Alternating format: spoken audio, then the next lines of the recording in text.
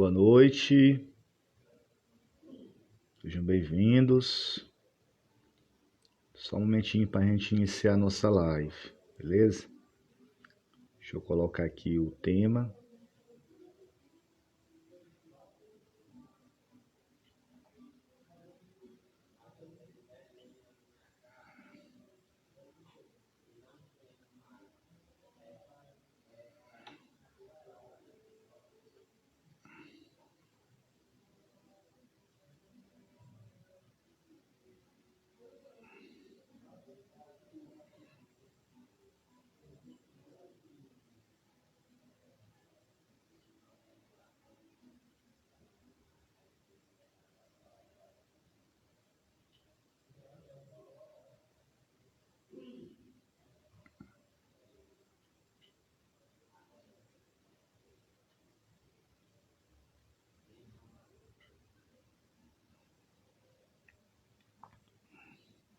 Pronto, boa noite. Espero que vocês estejam bem.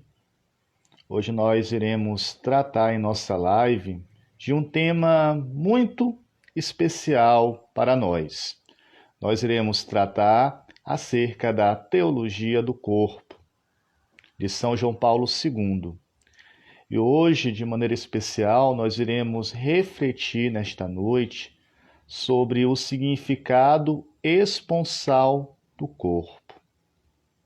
Nós sabemos que nós, seres humanos, pessoa, melhor dizendo, somos de fato constituídos por essa dimensão da sexualidade.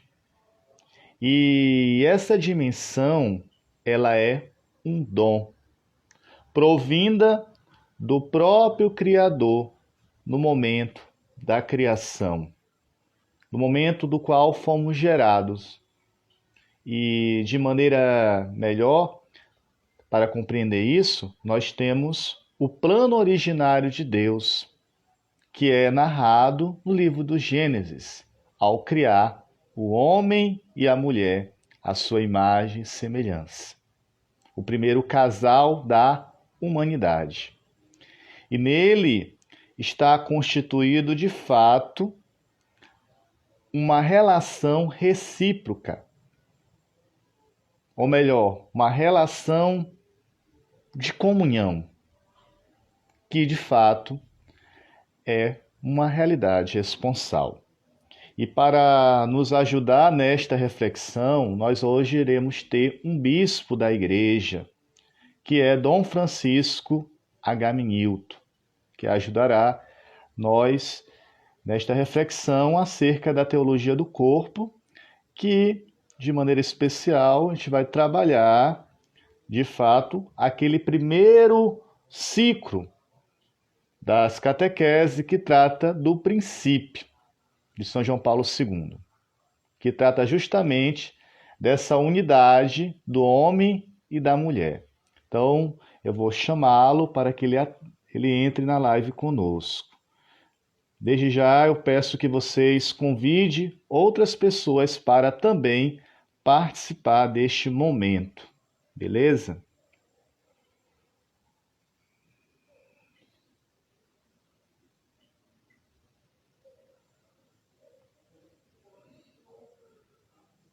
Convidar.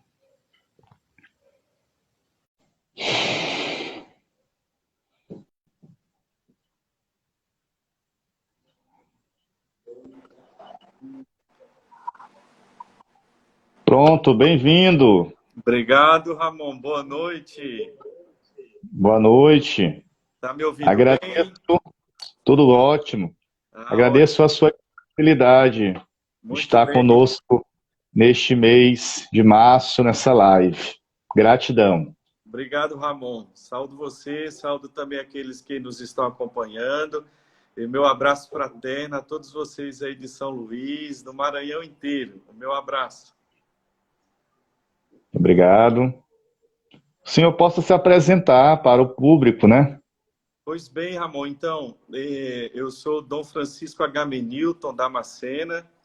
Eu sou bispo da Diocese de Rubiataba, Mozarlândia, no Goiás. A nossa diocese fica aqui no norte e noroeste goiano. Para ter ideia, somos aqui margeados de ponta a ponta pelo rio Araguaia. Que Estamos aqui na belo. divisa com Mato Grosso. Eu sou o bispo mais novo do Brasil, em idade, tenho 45 anos, e há quase 3 meses fui ordenado bispo e estou aqui servindo o povo de Deus. Eu sou natural do Rio Grande do Norte e caminhei muito, fui encardinado na Diocese de Uruaçu, aqui também em Goiás. O meu percurso de formação sacerdotal foi pelo Seminário de Brasília, o Seminário Mater Ecclesiae em Roma. E durante a minha formação sacerdotal, então, eu fiz o bacharelado em Filosofia e Teologia e também o mestrado e doutorado em Filosofia. O doutorado, por último, foi na Universidade Lateranense, em Roma, e eu trabalhei a tese rumo ao pluralismo personalista em base ao personalismo de Karol Wojtyła. Não foi exatamente sobre a teologia do corpo, mas graças ao conhecimento da base da teologia do corpo, que é a filosofia de Karol Wojtyła, eu acabei também entrando um pouco mais na teologia do corpo. E agora, nessa noite, quero então partilhar um pouco desse caminho acadêmico com vocês. Muito bem, então desde já agradeço já a sua apresentação. Aí muitos devem se perguntar, mas existe uma teologia do corpo? Deve ser com certeza um questionamento do nosso público.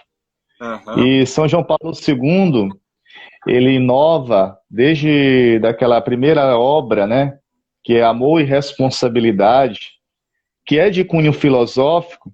Ali ele já apresenta uma visão antropológica acerca da sexualidade, e juntando ela no plano com o transcendente, ou seja, a sexualidade vista numa hermenêutica de dom do Criador.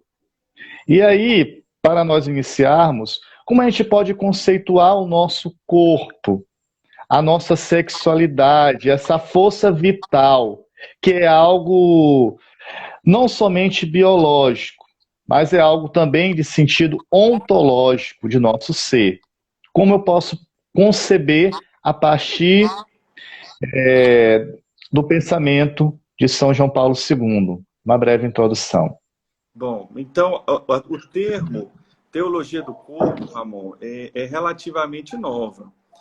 Quando o tema no Brasil, pouco a pouco, tem ganhado muita força. Alguns institutos já existem, aqui mesmo em Brasília, perto aqui da gente, tem grupos de estudos sobre a teologia do corpo. Nós temos institutos na França, nos Estados Unidos. Então, sempre mais essa reflexão teológica levada adiante por São João Paulo II se consolida e é sistematizada. Então, como terminologia é bastante nova, mas o corpo como objeto da teologia não é novidade. Tomar o corpo como um elemento, um objeto da espiritualidade, não é novidade. Na nossa vida cristã, na teologia católica, o corpo entrou pela porta principal e o Verbo se fez carne e habitou entre nós. Então, Deus, ao assumir o nosso corpo, fez o corpo entrar de cheio na espiritualidade cristã, fez o corpo entrar de cheio na fé cristã, para não falar da ressurreição da carne, a ressurreição de Jesus. Então, o corpo humano entra pela porta da frente, pela porta principal, ao o Verbo se encarnar. Quando se fala de teologia do corpo, algumas pessoas pensam que seja um livro, que seja um catecismo. Não se trata de um livro. O Papa João Paulo II não escreveu um livro com o nome Teologia do Corpo. Esse nome se dá às 129 catequeses que ele desenvolveu como Papa do ano 79 ao ano 84. Então, juntando essas catequeses sobre o amor humano, Então, deu-se o nome, o título de Teologia do Corpo, mas não é que seja um livro que João Paulo II tenha escrito, né? E ele, então, escolheu o corpo como objeto de sua reflexão teológica nessas catequeses para apresentar a pessoa humana, apresentar o amor humano, para justamente, diante do contexto que ele vivia, e nós estamos aí já na idade contemporânea da filosofia, uma série de problemas ligados à antropologia, a coisificação humana, o dualismo, o materialismo, os inúmeros reducionismos antropológicos. Então, João Paulo II toma o corpo como objeto de sua reflexão para poder propor a verdade de sempre de outro modo. E como você já assinou ao início da nossa live, o corpo é dom. O sexo, que é intimamente ligado à dimensão nossa humana, é dom. O sexo, que na revolução sexual, né, é a liberdade geral, e aquele montão de moralismos, de não pode isso, não pode aquilo, e o sexo como uma razão para a pessoa ir para o inferno, ou seja, o sexo como algo muito mal, muito perigoso, né, muito arriscado para a vida cristã. João Paulo II apresenta como dom. A sexualidade humana é dom. Ser homem, ser mulher, exercer a nossa sexualidade é dom. É belo, é dom de Deus. Perfeito. Também o nosso corpo, né, a partir da narrativa bíblica que nós temos da criação, nós percebemos que nós, com nossos corpos, trazemos a imagem do Criador. Por isso que o nosso corpo, ele não é somente um dado biológico, né, Dom? Não é somente um dado biológico. Porém, a imagem do Criador é trazida através do nosso ser pessoa. E esse ser pessoa, ele se manifesta em um corpo, em uma história. Como entender o nosso corpo humano como um sinal da imagem visível do Criador? Bom, então assim, com essa pergunta, então se você já me permite, eu entro de cheio então no sentido esponsal do corpo humano. Eu tenho preparado aqui um texto que eu vou lendo, a gente vai parando e enfim, e espero que me compreendam, né? Que eu me faça ser compreendido. Com certeza. Pois bem, assim, antecipando já um pouco a resposta, o relato bíblico do Gênesis, né, nos define muito bem. Somos imagem e semelhança de Deus. Mas o que é imagem e semelhança de Deus em nós? O corpo faz parte dessa imagem e semelhança de Deus? A sexualidade faz parte dessa imagem e semelhança de Deus? Os padres alexandrinos ajudaram a entender muito essa imagem e semelhança de Deus no nível da inteligência e da vontade. Por isso, somos imagem e semelhança de Deus. Essa teologia desenvolvida por João Paulo II dá um passo a mais. A nossa sexualidade faz também parte do ser imagem e semelhança de Deus. Porque a nossa sexualidade é dom, é comunhão, e Deus é comunhão. Bom, vamos lá. Então, por que Deus criou a pessoa humana como homem e mulher? Qual é o sentido da diferença sexual? Experimentamos em nós o desejo sexual por outra pessoa. Isso é o que Wojtyła chama de algo que acontece em nós. Ninguém escolhe isso. É natural nosso, é humano nós sentirmos o desejo sexual por outra pessoa. Isso está presente em nós, faz parte da nossa humanidade. Mas o que isso indica? O desejo sexual indica o quê? Qual é o seu conteúdo? Antecipadamente, então, respondo para você, esse fenômeno que nos acompanha como humanidade significa que o corpo humano tem um sentido esponsal. Seguindo o relato bíblico, o homem se dirige para a mulher e vice-versa. No encontro dos dois, ambos são afirmados na sua masculinidade e feminilidade. o homem revela a mulher e vice-versa, como indispensável complemento. É a diferença orientada à unidade e comunhão. Por que que Deus criou homem e mulher? Por que que Deus não criou todo mundo homem ou todo mundo mulher? Essa diferença está orientada à unidade e comunhão. E eu cito, então, João Paulo II. Precisamente a função do sexo, que é, em certo sentido, constitutivo da pessoa e não apenas um atributo da pessoa, mostra quão profundamente o ser humano, com toda a sua solidão espiritual, com a unicidade e irrepetibilidade próprias da pessoa, é constituído pelo corpo como ele e como ela. Termina a citação. Este movimento de encontro entre homem e mulher não se dá sem o corpo. Aliás, o encontro de um homem com uma mulher se dá no corpo. Nós não somos só almas, nós não somos anjos, nós temos carne e osso. Então, o meu encontro com outra pessoa, o encontro de um homem com uma mulher, se dá no corpo. Não existe encontro humano sem corpo. Aí você pergunta, e como é que está sendo esse nosso encontro agora aqui, nessa live, né? É um encontro ou não é um encontro? Bom, são bolhas de elétrons que estão chegando aí às nossas telas. Mas eu garanto que quem está aqui do outro lado é alguém de carne e osso. Aqui não é um fantasma, nem é um anjo.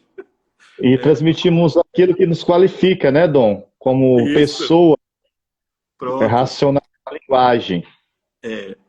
Pois bem, então o encontro entre um homem e uma mulher se dá no corpo. Por isso, o corpo humano é elemento de diferença e princípio de comunhão. Encontro é comunhão. Só pode haver encontro se houver corpo. Então, o corpo garante a comunhão, o encontro, mas o corpo humano também é elemento de diferença. O corpo masculino, o corpo feminino. Assim, já entramos no sentido esponsal do corpo humano.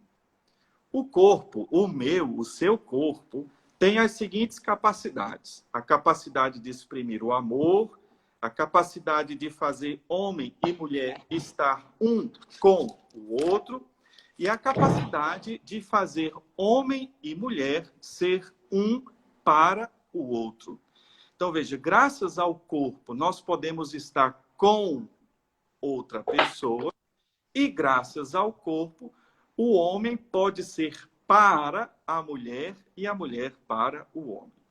Assim, o significado esponsal do corpo indica que a pessoa humana, na sua essência e identidade específica, é ser dom. Essa identidade é da pessoa na sua totalidade, em base a e porque a sua expressão é o corpo humano em toda a verdade originária da sua masculinidade e feminilidade. A identidade da pessoa, assim definida, encontra sua explicação última no ato criador, que é, na sua essência, ato de amor livre e gratuito, isto é, dom. Nós existimos por puro dom de Deus. Sendo nós fruto do dom, nós somos também dons. Então, toda pessoa humana é um dom. Como não existe pessoa sem corpo, o corpo é alcançado por essa donilidade. Vou inventar uma palavra aqui, né? Esse caráter do dom identifica a pessoa na sua totalidade. E não somente o corpo, ou somente a alma, porque a pessoa humana é tudo isso. A realização do desejo sexual vinculada ao caráter esponsal do corpo humano traz consigo uma gratificação, resultado da diferença composta em sua unidade. Então, como a pessoa quer sempre a outra, e essa outra é o seu diferente, como um homem quer sempre uma mulher e vice-versa, então, o encontro dessas duas pessoas, o encontro de um homem e uma mulher que acontece no corpo e mediante o corpo, resulta nessa gratificação, resulta nessa satisfação. Por quê? A consequência desse encontro sexual é uma satisfação. porque acontece o que? Se compõe a unidade.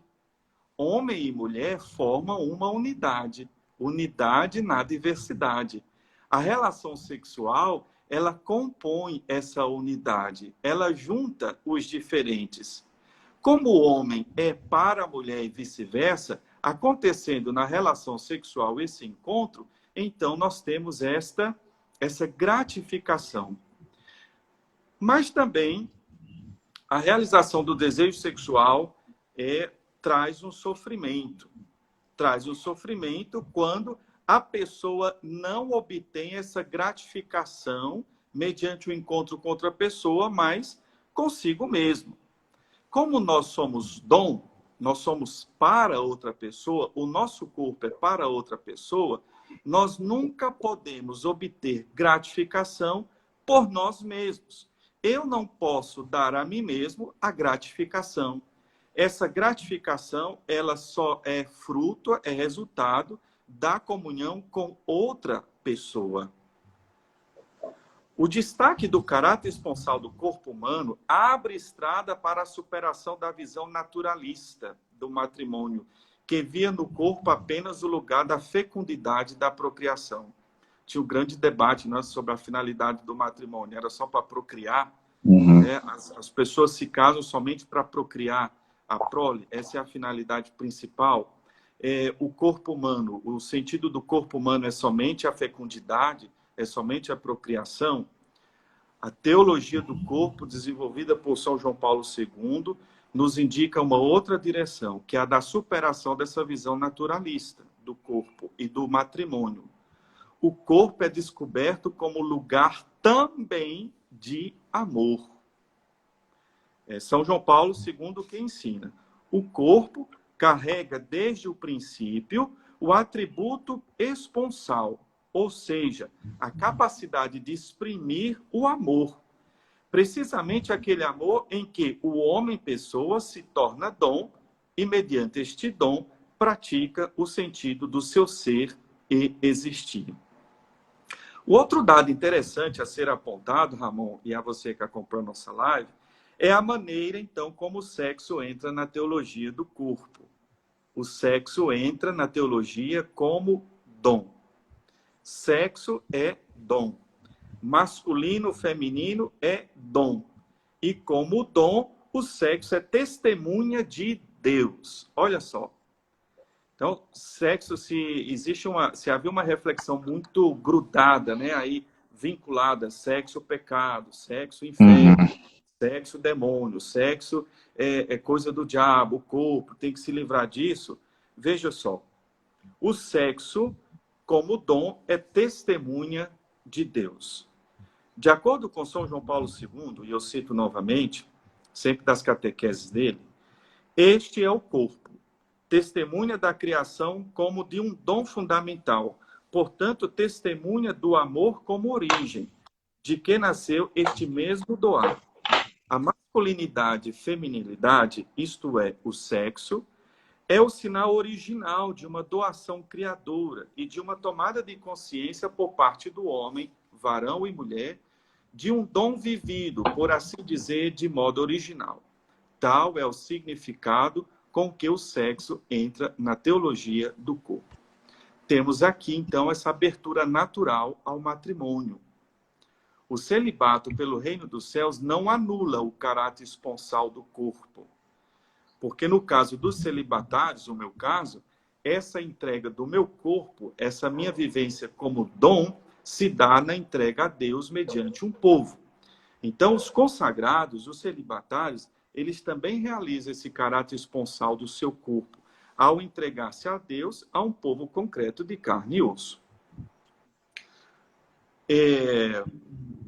Para Marçal, a dinâmica do dom é o dinamismo existencial fundamental escrito na verdade do homem como imagem de Deus. Ou seja, no ser pessoal do homem, ser dom é a natureza, ou o significado mais íntimo e mais profundo da pessoa. O se fazer dom é o amor esponsal, é amar outra pessoa. Aqui ela não se perde, nem se aliena.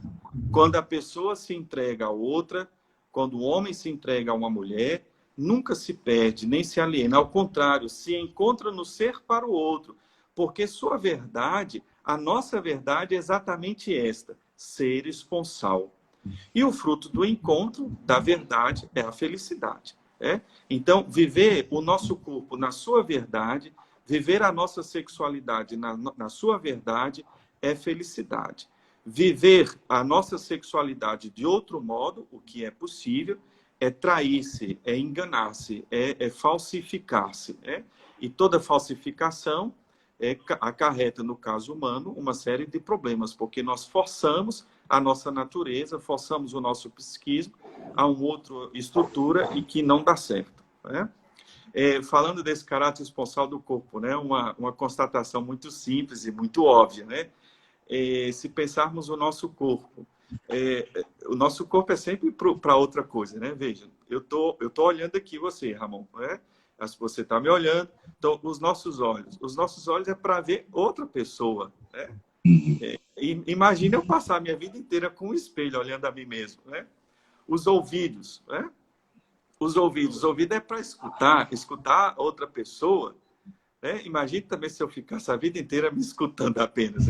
Então, meu ouvido é para escutar outra pessoa, a minha voz para falar para outra pessoa, os nossos pés, as nossas pernas sempre para nos levar a outro ponto, a outra pessoa, ao encontro. Então, o nosso corpo, reparando um pouquinho mais, ele é dom.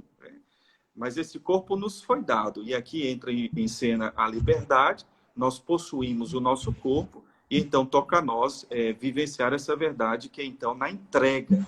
E aqui a liberdade entra em movimento. Bom, quando duas pessoas então se encontram, o homem e a mulher, que cada um é um dom, então nós temos o encontro de dois dons, gera-se uma relação interpessoal com algumas características, como bem nos descreve o Meretsky no seu livro Corpo e Transcendência. Bom, nós temos a gratuidade, quando o homem e a mulher se encontram, são dois dons. Então, a gratuidade. Quando o homem e a mulher se encontram no matrimônio, nós temos a definitividade. Ou seja, quando o esposo se doa à esposa, ele se doa para sempre, até que a morte o separe. Porque se eu me dou para minha esposa e depois de 5 anos eu me tomo dela, então não foi dom, não foi presente. Quando tem uma entrega com data de vencimento, isso não é encontro, isso não é dom, isso não é amor. Uma outra característica desse encontro do homem e da mulher mediante o corpo, vivenciando esse caráter esponsal do seu corpo, é a da totalidade. Quando o esposo se dá à esposa, é toda a sua pessoa. Então, ele não dá somente o seu corpo, carne e osso, nem dá somente o seu coração, é a pessoa inteira que é dada a outra pessoa. Imagine, Ramon, se eu lhe desse um relógio sem os ponteiros. Imagine se você me desse um celular que não funciona, está faltando alguma coisa. Que é finalidade nenhuma. É estranho. Então, quando o homem se dá à mulher e vice-versa, traz consigo essa característica da totalidade. E a reciprocidade. Então, essa mútua entrega. Uma outra característica interessante desse encontro de dois dons é o caráter dialético. Porque nem sempre o destinatário do dom responde positivamente. Quantas relações matrimoniais, quanto matrimônios estão acontecendo levado adiante com o amor só numa direção, Só tem entrega só de uma pessoa. Então, às vezes, o outro não responde positivamente, ele não se entrega, se entrega pela metade, aí não é uma entrega humana e que humanifica tanto a ele quanto a outra pessoa. E esse risco é sempre possível, porque ninguém é obrigado a dar-se.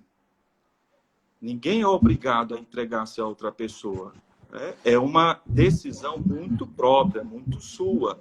Nós somos dom, o nosso corpo é dom da cabeça ao pé, mas ninguém é obrigado a dar-se, é um gesto de liberdade. Por isso que é sempre possível do outro não se entregar. E aí aqui um conselho muito interessante dado por Papa Francisco na Amoris Laetitia é que é sempre possível, né, que a outra pessoa não responda. Amor perfeito, entrega perfeita, só a de Jesus Cristo por nós. Nenhum esposo, nenhuma mulher faz uma entrega 100%. O amor humano, ele é sempre sujeito a uma queda. Né? E aí, quando o casal, né, absolutiza esse amor, absolutiza o outro, e aí, de repente, acontece uma falha, acontece uma queda, uma traição, um deslize, aí pronto, acabou-se o mundo. Né? Então, não absolutizemos o amor humano. Por isso, o casal precisa de uma terceira pessoa, que é Deus.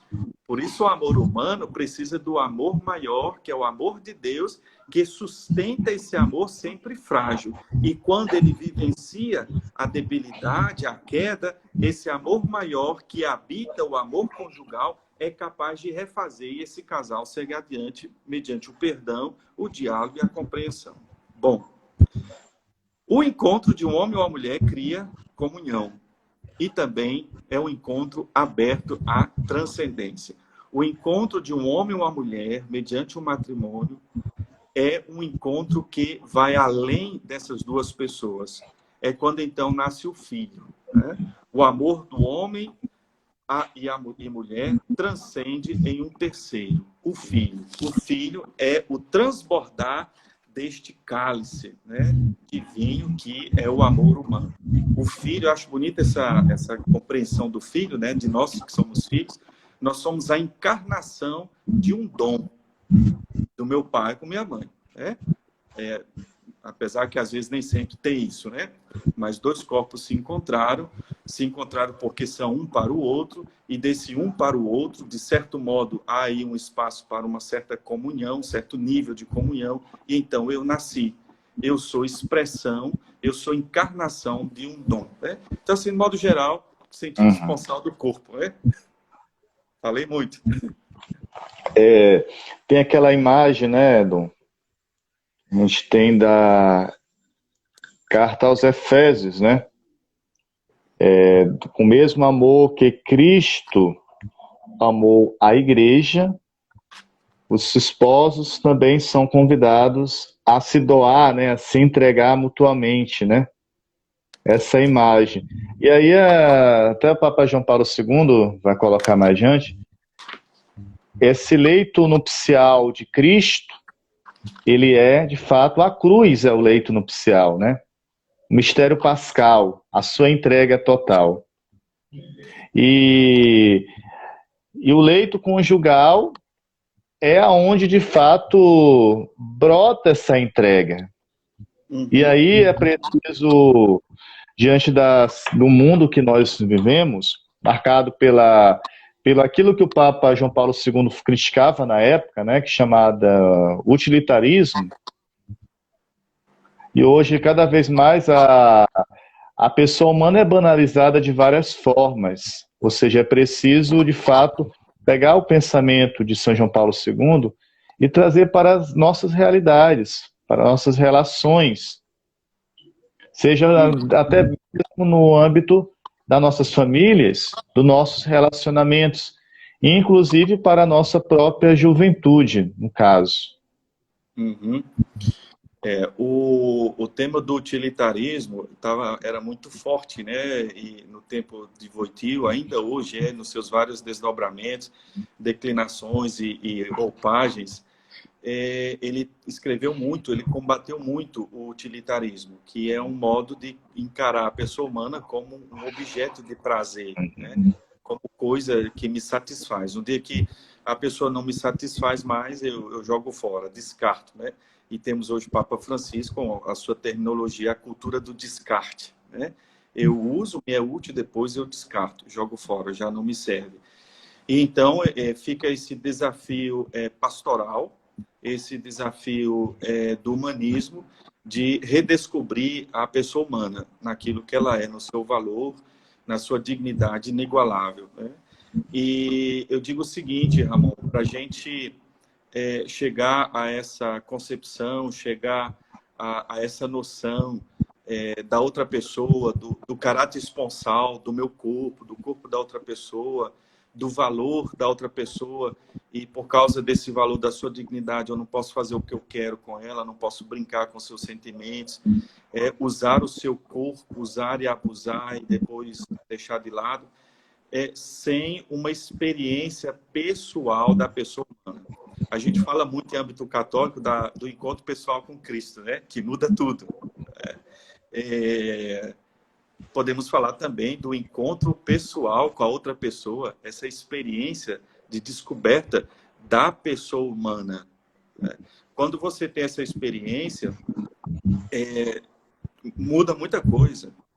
O seu jeito de se colocar como filho, como esposo, esposa, na igreja, como consagrados, o seu modo de ver quem pensa diferente de você, o jeito de você tratar quem é de outra religião, o ecumenismo, o diálogo interreligioso, a fraternidade, o modo de encarar as pandemias, tudo passa por essa concepção de pessoa que pressupõe uma experiência pessoal, sabe? Por que tantos projetos sociais em nossas prefeituras não vão tanto para frente? Por que tantos projetos sociais em nossos municípios começam, desenvolvem um pouquinho e morrem no meio do caminho? Porque muitos deles não nascem dessa experiência pessoal da pessoa humana. Nasce, às vezes, de interesses políticos, né? Nasce de vanglória, de ostentação, e são condenados à falência, né? São João Paulo II, para ilustrar melhor isso, numa visita que ele fez, eu acho que foi a Filipinas, uma freira perguntou para ele: santidade, o que é a santidade? O que é a santidade? Aí João Paulo II sorriu para a irmã e a abraçou. E não disse nada e seguiu o caminho dele, né? E aí a irmã ficou meio desapontada. Ele não me respondeu o que é a santidade. Ele não me respondeu. E ficou meio assim, desapontada. Mas aí caiu a ficha, né? Caiu a ficha. O que João Paulo II fez? Sorriu para a irmã e a abraçou. Acolheu. O que é a santidade? Acolher a outra pessoa. Acolher a outra pessoa como pessoa. Aqui está a santidade, né? Que não é nada mais, nada menos do que nosso Senhor fez, do que Jesus fez, né? Esse relato está escrito, registrado na casa de Karol Wojtyła, né? Lá em Wadowice, na casa de família dele, agora é um museu, e lá está registrada essa história, esse breve momento com a irmã, mas um momento cheio de significado, né? O que é a santidade? Sorriu para a irmã e a abraçou, né? É belo. Tem aquilo também que, quando a gente se aproxima de uma pessoa, tem aquela realidade que a gente vivencia, que até os italianos chamam de estupor, aquela alegria, aquele encantamento pelaquilo que é belo, e a gente sabe muito bem a beleza em si, que com certeza nós não seremos capazes de expressá-la, até mesmo usando um conceito, mas a experiência irá com certeza dar o verdadeiro sentido.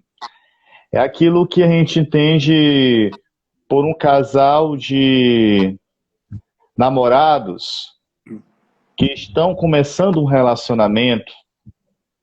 Há um encantamento, há algo que envolve, que atrai uma pessoa a outra. E aí a gente pode até, já estamos finalizando, perceber que nós estamos dentro de uma realidade histórica, nós não existimos para nós mesmos. Nós sempre existimos para o outro. Até o padre São João Deixa eu lembrar aqui, isso é o Vianney Curadais. Dizer que Sim. o padre não é para si, é para o outro, não se realiza sozinho o seu ministério, sim para o outro, não vive para si, para o outro. E aí a gente pode observar que a teologia do corpo ela está em relação com três realidades: é pessoa, substância e relação. Essas três palavras que eu ressalto aqui, elas estão intrinsecamente relacionadas. Eu não posso separá-las, porque se eu as separo, eu desqualifico aquilo que é uma condição ontológica da pessoa. E aí a gente observa muito bem que quando nós tiramos aquilo que é o convívio social da vida das pessoas, a gente observa que irá viver realidade que a gente qualifica como um vazio existencial. E como hoje vemos uma sociedade que muitas pessoas perderam, de fato, o sentido da vida por conta desse vazio. Essa falta de sair de si para o outro. Então, eu penso dessa maneira. Todas essas colocações, ou seja, são pertinentes para nós, enquanto igreja, enquanto também a mim, como futuro presbítero, o desafio enorme pastoral. É uma existência, a nossa existência, no caso dos consagrados, é uma existência vivida na radicalidade, esse ser para o outro, né? Esse desafio, né? O sentido esponsal do corpo, essa nossa identidade originária, que é ser dom na nossa totalidade, corpo, alma, espírito, está dentro de nós. Às vezes a gente pensa assim, mas vou falar dessas coisas hoje para os jovens, para o pessoal das nossas paróquias ou nos colégios, eles vão rir de nós, eles estão noutra. É verdade, eles estão noutra, mas essa é a verdade mais profunda da pessoa humana. A gente tem que correr o risco. A gente tem que anunciar essa verdade antropológica com a linguagem justa, porque ela vai lá no centro. Pode ser que numa sala de aula aí de ensino médio, falar dessas coisas, possa os jovens rirem de nós, mas aquilo fica e ressoa, porque a verdade ela não se descobre, ela é reconhecida. A verdade já está aqui. E aí, quando eu venho e ajudo esse jovem a descobrir isso, ele reconhece que o que eu falo bate, e é esse sentido de verdade como reconhecimento, o que tem aqui, adequação, né? Do modo mais existencial. Então, o que eu digo bate com o que está aqui. Então, a gente tem que falar, tem que ensinar, mostrar com a linguagem apropriada, porque isso está escrito no coração dessa juventude. Para complicar um pouco, o Ramon, você falou de pessoa, né? Pessoa, substância e relação, não foi? Tem um problema sério aqui com a relação, substância e relação. É muito fácil encontrar em nossos livros eclesiásticos a compreensão da relação como um acidente da pessoa humana, que é substância. Tem outras reflexões por aí, viu? De afirmar a relação não como acidente da pessoa humana, mas como algo essencial, sem por isso massificar a pessoa. Deixo isso no ar, não é o nosso assunto, mas tem um problema aqui também. Falando isso do povo, vamos recordar aqui o relato bíblico, né, de Adão e Eva. Lá no princípio, Adão estava sozinho, né? E aí ele encontra finalmente alguém. E quando ele encontra a outra pessoa, ele se rejubila com a presença dessa outra pessoa. E ele se rejubila perante a outra pessoa de carne e osso que está diante dele, né? Então, e aqui tem também toda a discussão feminista, né? Que Deus criou primeiro o macho, depois a fêmea, e a fêmea foi tirada da costela, é submissa. Não tem nada disso no relato bíblico. Você que está acompanhando a gente, não tem nada disso no relato bíblico. Quando diz o homem no começo, é homem, homem e mulher, homem como humanidade. Então, tanto Adão quanto Eva eram dois solitários, eram duas pessoas sozinhas, né? O relato bíblico, então, no começo, usa o termo homem para dizer humanidade e só depois é que utiliza duas palavras, então, para se referir o homem e a mulher. Então, eu quero aqui marcar a alegria de Adão, que também é a alegria de Eva. É a alegria de Adão e a alegria de Eva. E aí, Adão exulta, né? O estupor, a alegria. Nossa Senhora cantou Magnífica. Vamos dizer que esse aqui é o Magnífica de Adão, né? Agora sim, é osso dos meus ossos, é carne da minha carne. Então, o corpo como um sinal, né? Como um espaço ou território de encontro. O corpo faz Adão rejubilar, se exaltar, se alegrar. O corpo como aquilo que me atesta que quem está diante de mim é outro de mim, e que me complementa, que me faz inteiro. Inteiro. E aí, quando diz na fórmula do matrimônio, o que Deus uniu, o homem não separe. Não tem jeito de separar, porque homem e mulher é a unidade criadora.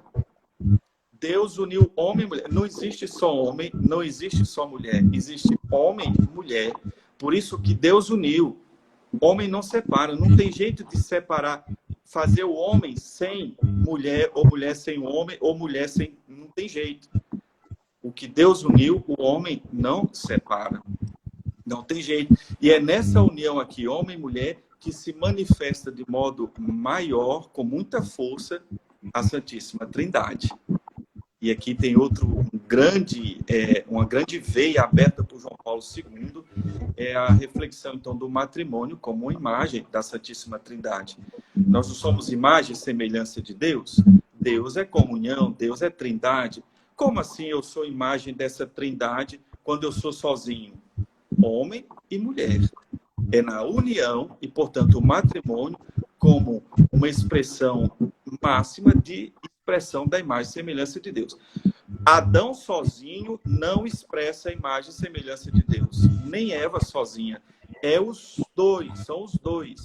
É homem e mulher na comunhão que expressam com força a imagem e semelhança de Deus. Daí, a nossa imagem e semelhança de Deus não é somente o intelecto e a vontade, né?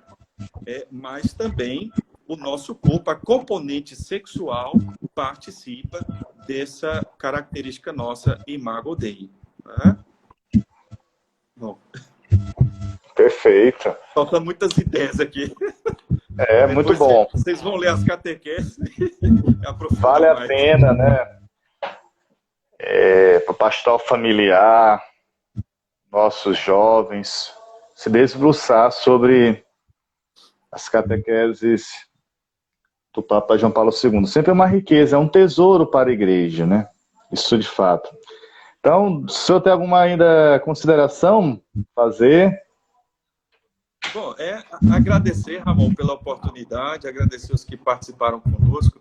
Eu ainda não sou muito habituado a essa coisa de live, porque tem um monte de gente aqui manda mensagem, pergunta, comentário, não dá para acompanhar e responder. Mas, enfim, é a minha satisfação de ter encontrado o Ramon, encontrado aqueles que acompanham essa live e desejar muita paz, muita saúde, muita serenidade e muita coragem também para viver aquilo que você é dom, né? Seja dom para alguém. Sendo dom para alguém, você será feliz. Você será feliz. Muita força e muita perseverança no caminho, Ramon. É meu último ano também de teologia, né? Como eu já tinha ressaltado para o senhor. Eu vou trabalhar teologia do corpo na minha monografia. Ótimo. Eu estou fazendo um projeto. Quem sabe, eu vou ver com o meu orientador. Dependendo, não faço convite para o senhor estar nessa banca, entendeu? Como agora é tudo online, não há mais essa dificuldade, né, de distância, né? Para a teologia do corpo, hoje no Brasil, infelizmente, falta muito ainda texto da filosofia de Karol Wojtyła, que é fundamental para compreender essas catequeses sobre o amor humano. Sei de alguns trabalhos no Brasil, algumas tentativas de colocar em língua portuguesa algum material, mas para você que quer aí aprofundar na teologia do corpo, compreender melhor toda a riqueza dessas catequeses, é preciso compreender a filosofia de Karol Wojtyła, né? E aí, em língua portuguesa, a gente ainda não tem muita coisa. Basta pensar a obra-prima, Pessoa e Ação. Nós temos em espanhol, italiano, francês, inglês, alemão, polonês, mas nem em Portugal existe, né? Vamos ver aí se algumas equipes aí que estão se movimentando conseguem levar adiante esse trabalho e livros também sobre o pensamento de João Paulo II em português começa a circular aí. Tem algumas coisas aí para sair aí. Tá no forno, viu? A minha, acho que é a primeira, viu? Aqui no Instituto nosso, teológico. Ótimo. Parabéns. Parabéns. Verdade. Então, agradeço a sua disponibilidade, né? Estar conosco nesta noite. Que Deus abençoe também seu ministério nesta diocese. Esse tempo tão difícil para cada um de nós, seja da pandemia, que impede com certeza cada um de nós de ter o contato com o povo, de pastorear o nosso povo. E a grande riqueza, com certeza, que Deus deu à humanidade são esses recursos, né? Digitais, essas plataformas. Com certeza também, além dos seus, às vezes, malefícios, mas ele pode ser usado também com grandes benefícios, como canal de graça. Então, muito obrigado. Um abraço, que nós mantemos o contato, que sejamos bons amigos também. Sim. Até mais. Boa noite. Boa noite a todos. Boa noite, Ramon. Fique com Deus.